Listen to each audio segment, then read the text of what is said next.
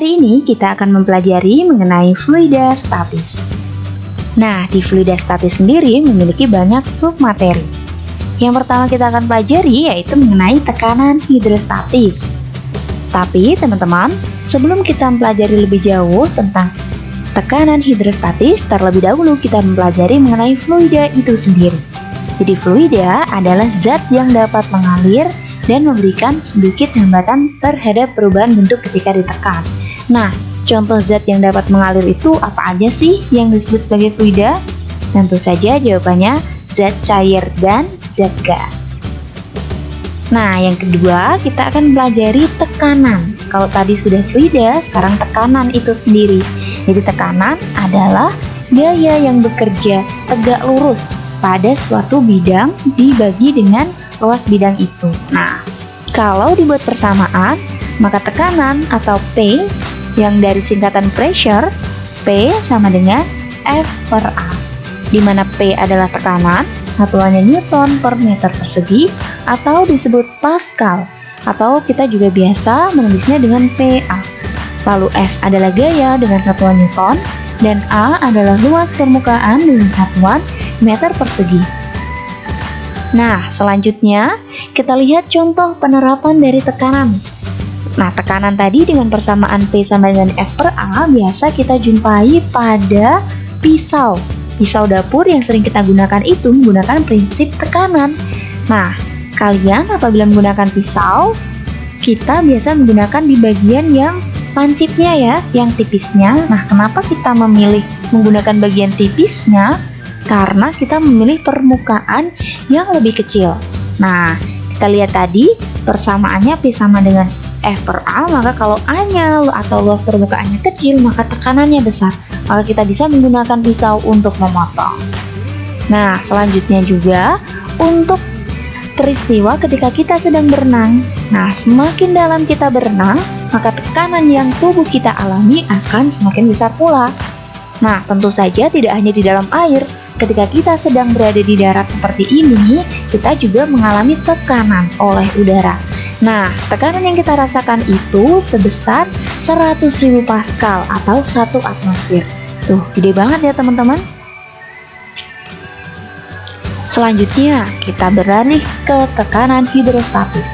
Tekanan hidrostatis sendiri adalah tekanan yang diakibatkan oleh gaya yang ada pada zat cair terhadap suatu luas bidang tekan pada kedalaman tertentu.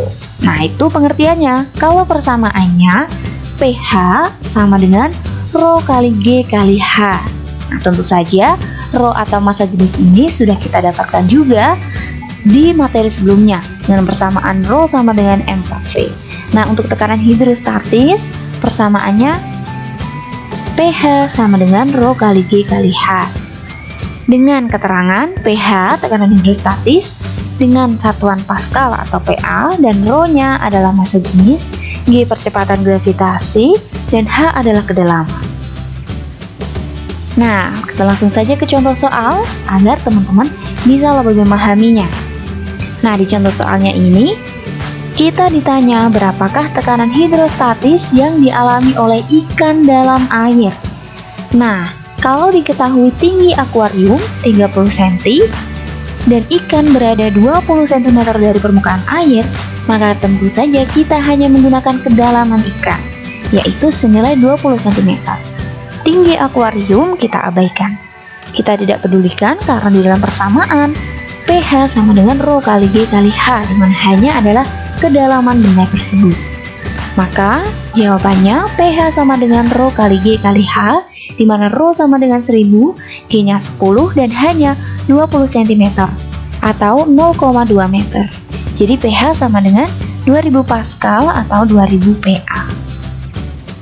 Oke teman-teman, selanjutnya ayo dicoba.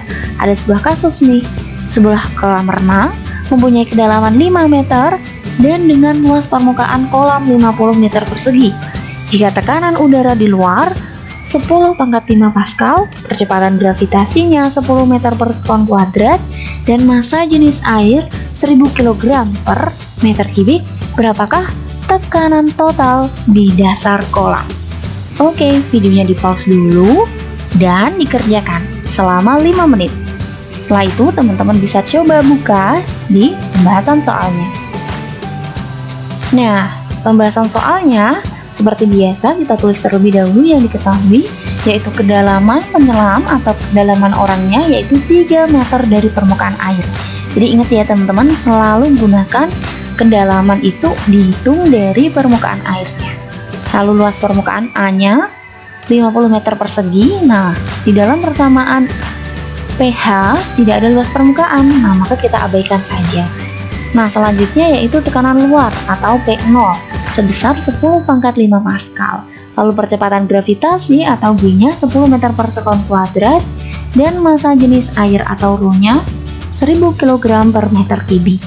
Lalu yang ditanya, berapakah tekanan total yang dialami penyelam? Jawabnya, tekanan total adalah tekanan dari luar ditambah dengan tekanan hidrostatis. Nah, maka tekanan dari luar ditambah dengan Rho kali G kali H, maka 10⁵ ditambah 1000 kali 10 kali 3. Nah, karena sudah dalam meter, maka kita langsung masukkan 3. Nah, maka 10⁵ ditambah 3 kali 10 kali 1000, yaitu 30.000. Jadi ingat ya teman-teman, untuk penjumlahan dan perkalian, kalian kerjakan terlebih dahulu perkaliannya, baru penjumlahannya.